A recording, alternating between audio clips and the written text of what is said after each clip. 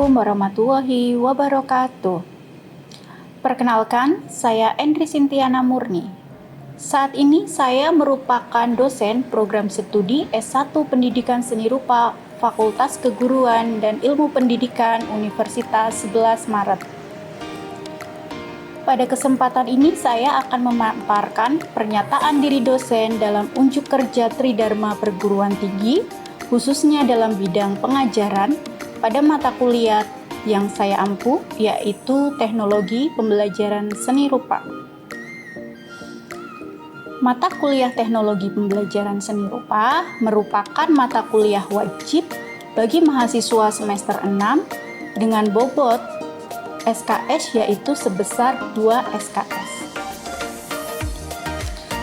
Pada mata kuliah Teknologi Pembelajaran Seni Rupa, mata kuliah ini mengkaji tentang konsep dasar dan teori tentang teknologi pembelajaran, kemudian mengkaji dan menganalisis perkembangan teknologi pembelajaran untuk memecahkan masalah pendidikan dan pembelajaran dalam rangka meningkatkan mutu proses dan hasil pembelajaran yang berkualitas, khususnya dalam pengembangan media pembelajaran pada mata pelajaran seni rupa. Sebagai seorang dosen, saya wajib menjalankan Tridharma Perguruan Tinggi yang diantaranya yaitu pengajaran. Dalam pengajaran, saya uraikan dalam 3 aspek, yaitu DII, yaitu Delivery, Innovation, dan Assessment. Yang pertama yaitu Delivery. Cara menyampaikan materi perkuliahan dari dosen ke mahasiswa. Materi pembelajaran yang saya sampaikan mengacu pada RPS yang telah dibuat dan disampaikan di awal perkuliahan saat kontrak perkuliahan mata kuliah Teknologi Pembelajaran Seni Rupa menunjang capaian pembelajaran lulusan sebagai calon pendidik seni rupa dengan CPMK sebagai berikut.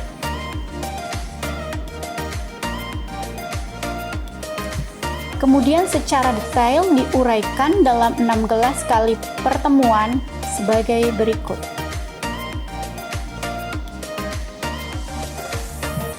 Dalam penyusunan materi perkuliahan, saya menggunakan sumber fisik dan sumber digital. Kemudian pembelajaran dengan model pembelajaran student-centered learning dengan metode yang digunakan yaitu CHASE method, team-based project, dan diskusi. CHASE method di mana mahasiswa diupayakan untuk memecahkan sebuah masalah atau kasus.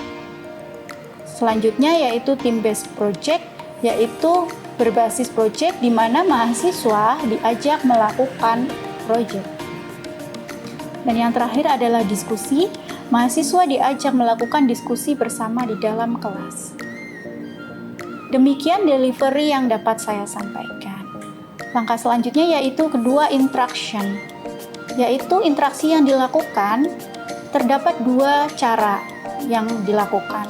Yang pertama yaitu interaksi secara langsung dan yang kedua adalah interaksi secara tidak langsung.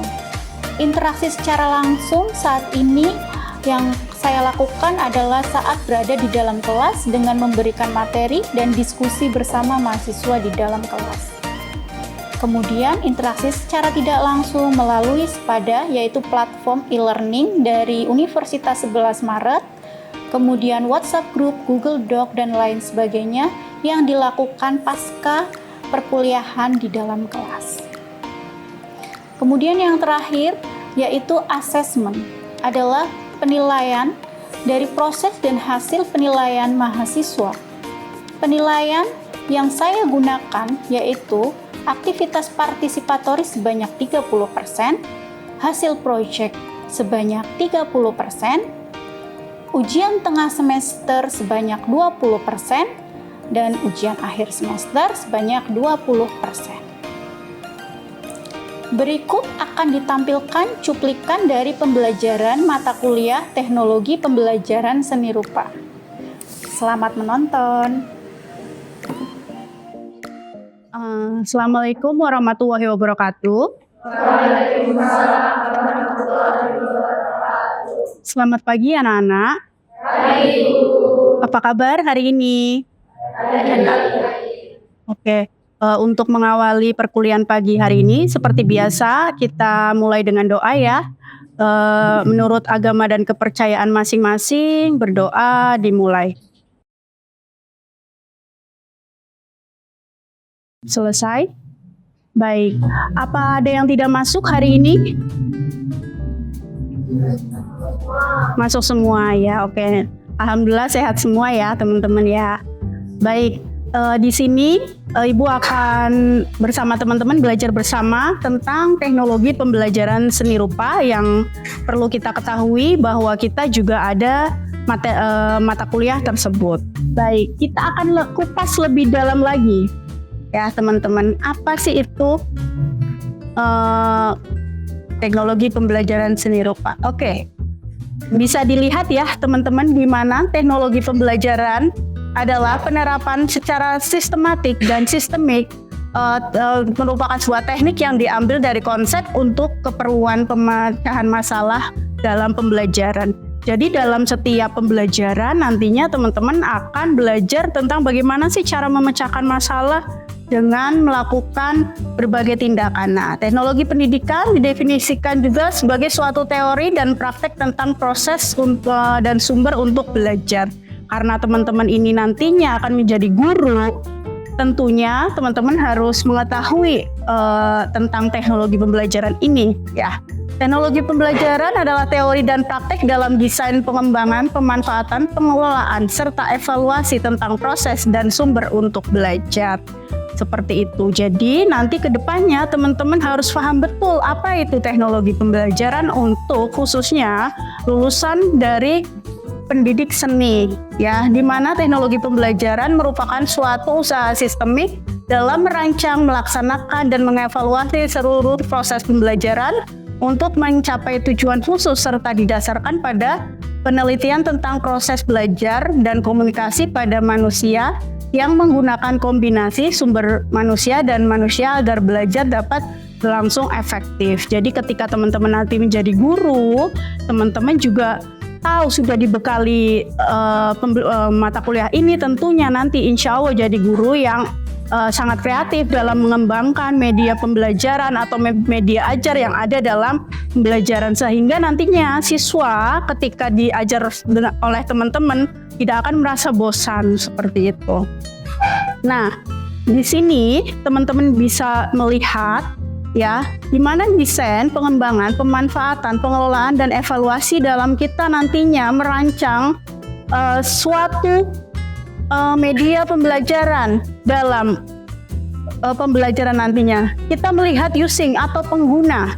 Ya nantinya kita sebagai pengguna itu bagaimana sih, kita apakah dapat memanfaatkannya atau tidak. Kemudian kita harus melihat kreativitas dalam pembuatannya. Jangan hanya PowerPoint ya teman-teman, nanti PowerPoint adalah media, Ibu akui, tetapi bagaimana teman-teman lebih kreatif nantinya sebagai seorang guru untuk dibekali teman-teman bisa belajar bagaimana sih anak-anak zaman sekarang itu seperti apa, dan kemudian yang cocok seperti apa untuk membuat media. Dari kreativitas ini nanti akan membuat proses dan rekonstruksi di sana. Nah, di sana nanti teman-teman akan menghasilkan suatu media yang nantinya misalnya anak-anak jenuh, pembelajaran seni itu kok gambar wae misalnya, cuma menggambar saja. Tapi bagaimana teman-teman mengolah pembelajaran di sana agar lebih efektif seperti itu. Nah, tantangan dan tuntutan kemampuan di abad 21 ini itu sangat jelas ya teman-teman. Di sini teman-teman pun merupakan bagian dari zaman sekarang ya. Jadi teman-teman harusnya lebih peka, lebih tahu bagaimana sih tantangannya nanti ke depan menjadi seorang guru, menghadapi generasi yang lebih muda, generasi IT. Apakah hanya tekstual yang akan diberikan? Misalnya buka buku paket, itu bagaimana kalau teman-teman? Sepertinya cocok tidak pembelajaran seperti itu untuk menghadapi tantangan dan tuntunan kemampuan abad 21 ini misalnya. Biasanya kan kalau misalnya jadi guru nanti, mungkin teman-teman di SMA dulu merasakan ada guru seni budaya atau apa, buka buku paket, ya mungkin itu media, oke, tetapi atau sumber belajar, tetapi nanti teman-teman harus lebih kreatif lagi nantinya dalam membuat media pembelajaran. Karena apa? Karena sekarang sudah mulai informasi, TikTok, YouTube sudah merajai dunia IT ya. Sekarang ya kita semua sudah setiap hari pasti kita buka media sosial untuk melakukan kegiatan atau hanya sekedar mencari informasi atau apa. Nah, informasi media teknologi sekarang sudah mulai canggih sehingga kurikulum dan proses pembelajaran itu harus diubah, tidak hanya sekedar tekstual lagi tapi berkonsep kembali kepada student center learning atau siswa itu sendiri atau mahasiswa itu sendiri. Nah, dalam pengembangan media pembelajaran ya, di sini kita langsung fokuskan kepada media pembelajaran karena nantinya teman-teman akan kita arahkan sebagai calon guru bisa membuat media yang tepat seperti itu. Nah, cara garis besar ada 3. Kita akan membuat perancangan terlebih dahulu, kemudian ada produksi dan penilaian. Di mana dalam merancang ada langkah-langkahnya, jadi tidak sekedar kita hanya merancang saja, saya mau ini, tidak, tapi ada langkah-langkah yang perlu kita buat, yaitu ya yang pertama menganalisis sebuah kebutuhan dan karakteristik siswa. Yang pertama, kita harus mengetahui dulu ini karakteristik siswa ini, siswa yang seperti apa, siswa yang saya ajar, apakah dia memang sudah pinter IT atau tidak, seperti itu. Jangan sampai dia masih belum pinter sekali IT, kalian langsung beri media yang IT, itu akan sangat kesian ya siswanya. Jadi proses, jadi manual, nanti habis itu dicampur IT, terus di IT yang canggih seperti itu. Misalnya perangkat di mereka kurang memadai tapi teman-teman memaksakan buat aplikasi Android, itu kasihan siswanya, seperti itu ya. Jadi teman-teman juga harus melihat, menganalisis kebutuhan apa sih sebenarnya yang ada pada siswa, kemudian merumuskan tujuan instruksional dengan operasional dan khas. Jadi tujuan dari pembuatan media ini tuh sebenarnya apa sih gitu, materinya apa sih, seperti itu.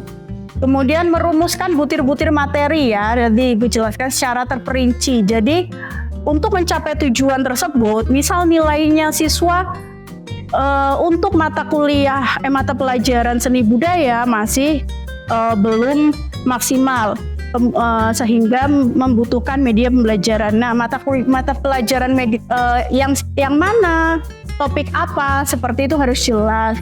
Kemudian pengembangan alat ukur keberhasilan. Nanti teman-teman juga harus membuat alat ukurnya, apakah media ini berhasil, apakah ternyata media ini tidak berhasil, seperti itu. Kemudian menulis naskah media seperti storyboard. Teman-teman nanti mungkin di Konfis 2 dulu pernah diajarkan membuat storyboard apa segala macam ya, pasti ini teman-teman sudah paham.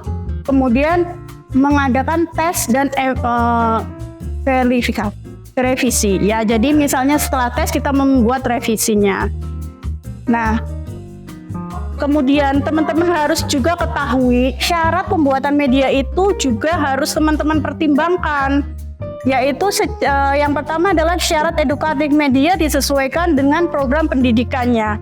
Jangan sampai teman-teman misal membuat media untuk anak SD yang berbentuk gambar-gambar lucu-lucu diperuntukkan ke anak SMK yang siap kerja di dunia industri, itu benar atau salah? Nah, jadi teman-teman harus syarat edukatifnya harus sesuai dengan program pendidikan ini. Misalnya ini salah satu contohnya. Kemudian syarat teknis media harus sesuai saran, multiguna, bahan mudah didapat dan aman serta awet.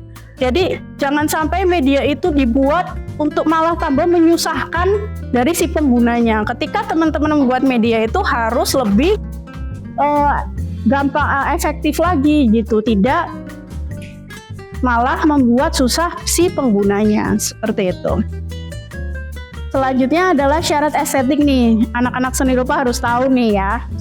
Media menyangkut unsur keindahan. Nanti jangan sampai anak seni rupa tapi teman-teman tidak bisa membuat medianya yang indah gitu. Jangan sampai malah membuat indah tapi kalian beri aksen yang banyak, too much, jadi tidak bisa memberi aksen dari inti teori yang akan diberikan lagi. Jadi memang keindahan itunya nantinya estetik ini juga harus ditimbang-timbang seperti itu.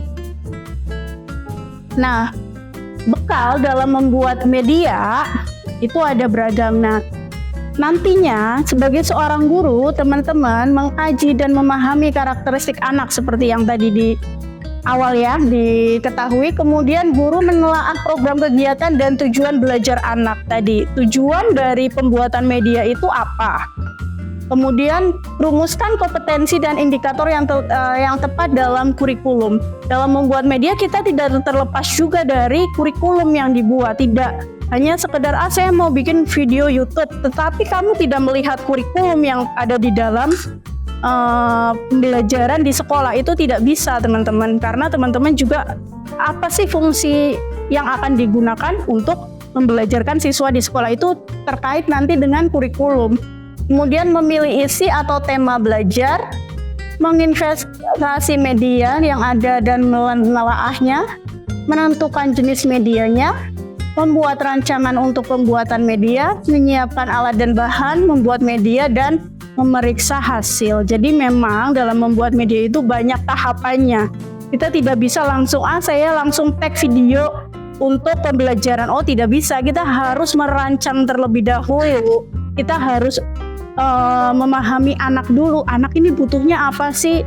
Anak ini butuhnya pembelajaran yang teoritik. Mereka lemah di teori, senang di praktek, tidak bisa teori. Berarti kan kita butuh medianya yang teori. Yang praktek sudah bagus, tapi teoritiknya misalnya itu lemah. Jadi kita harus tahu nih, harus yang mana yang tepat seperti itu. Jangan asal membuat media hanya sekedar ya udah aku buat video suka-suka, tidak. Tapi dalam sebuah media itu kita analisis dulu seperti itu. Nah, ini dia dalam pembuatannya. Nanti teman-teman juga akan mulai memproses di mana kita identifikasi kebutuhan dulu, terus perumusan tujuan, kemudian perumusan butir materi, perumusan alat ukur keberhasilan, penulisan naskah media, memproduksi, kemudian diuji cobakan dulu nih di siswa, kemudian revisi atau tidaknya, kemudian media siap digunakan seperti itu. Jadi memang ini itu sangat penting sekali ya teman-teman, di mana hal ini harus teman-teman lalui seperti itu. Oke, selanjutnya kita bisa lihat di sini yaitu fungsi media pembelajaran ya. Di mana ini nantinya teman-teman sebagai guru ya, guru itu akan mengajarkan ke siswa.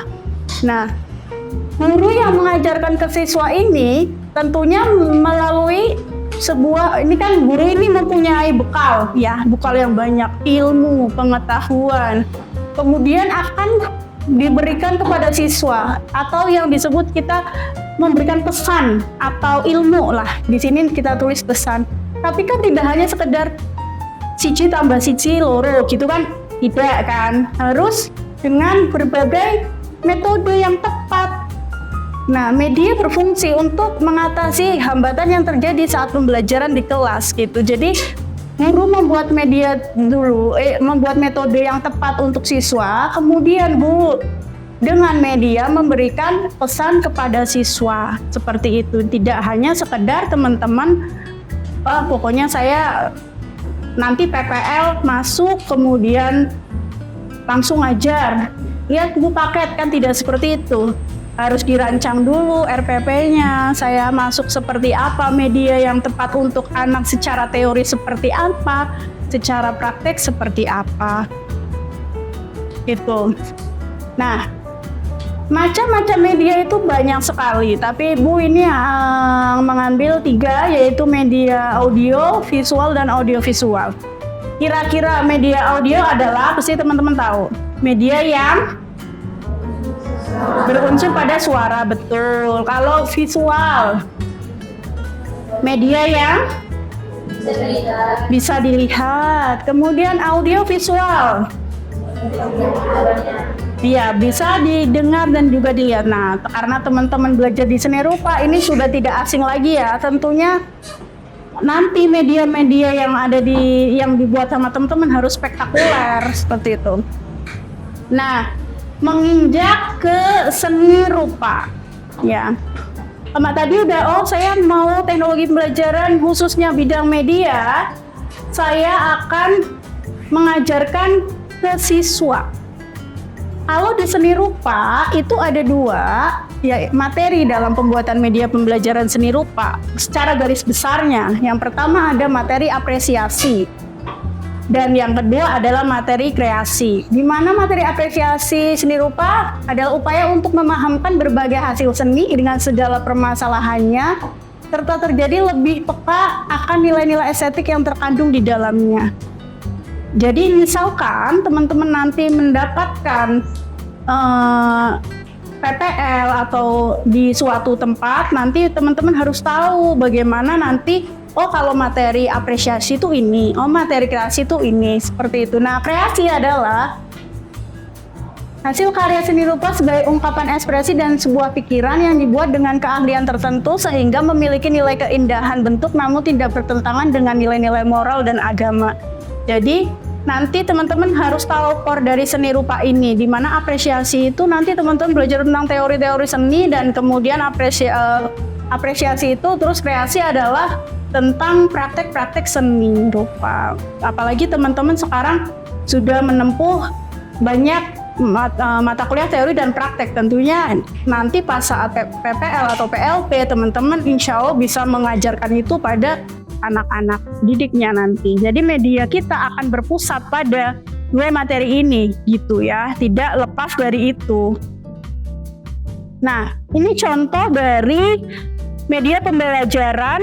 Nanti kita juga akan coba ya, sudah ada contohnya, nanti kita coba dulu.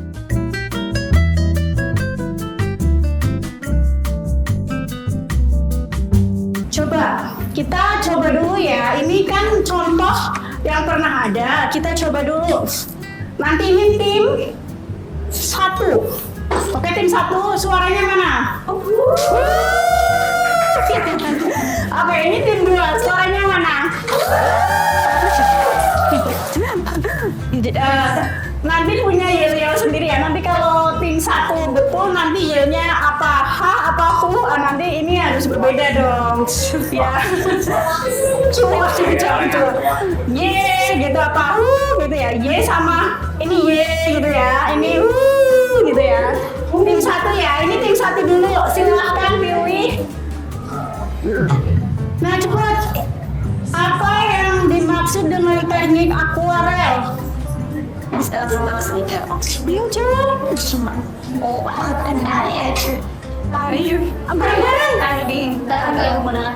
Teknik dengan cat air, kita lihat ya. Menggambar menggunakan cat air.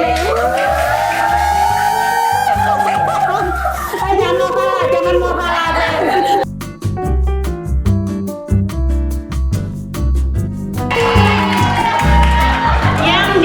Dengan bentuk kubistis adalah memiliki ruang, bentuk yang memiliki ruang, apalagi bentuk ruang yang memiliki 12 sisi. Begitu ya, ini tadi media ya. Sekarang kita berlanjut melakukan diskusi kelompok. Oh ya, sebelum melanjutkan diskusi, ada pertanyaan dulu mungkin yang ingin bertanya. Nanti tadi materi, kemudian kita ada contoh. Silakan yang mau tanya mungkin. Oke, silakan Mbak. Namanya siapa, Mbak Aisyah ya? Kalau nggak salah, iya. Silakan Mbak Aisyah. Materi yang baik di SMP itu gimana ya? Materi yang media yang baik untuk di SMP ya. Oh ya, baik. Terima kasih Mbak Aisyah ya. Pertanyaan yang sangat bagus sekali. Media yang tepat untuk anak SMP seperti apa sih? Nah, kita tadi kan sudah belajar ya teman-teman ya, bagaimana kita membuat suatu kalau mau membuat media itu harus menganalisis siswanya. Nah, siswanya ini butuh yang apa? Ini anak SMP nih. Anak SMP itu berarti kisaran dia itu tidak begitu tinggi, tetapi juga tidak begitu rendah. Baik ya, sekarang kita silahkan berkelompok. Nanti Ibu beri waktu, kemudian Ibu akan menanyakan per kelompoknya media apa sih yang tepat, yang sesuai dengan diskusi kita. Kemudian nanti bisa disampaikan satu-satu per kelompok, nanti ada juru bicaranya. Silahkan teman-teman bisa mulai berkelompok.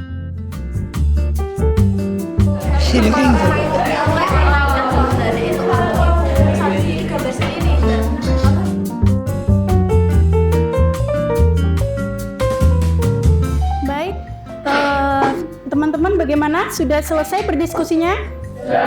Nah, luar biasa. Kita beri panggung dulu untuk kelompok 1 ya. Bagaimana kelompok 1? Bagaimana materi apresiasi seni rupa? Media apa yang akan digunakan? Silakan, juru bicaranya. Oke.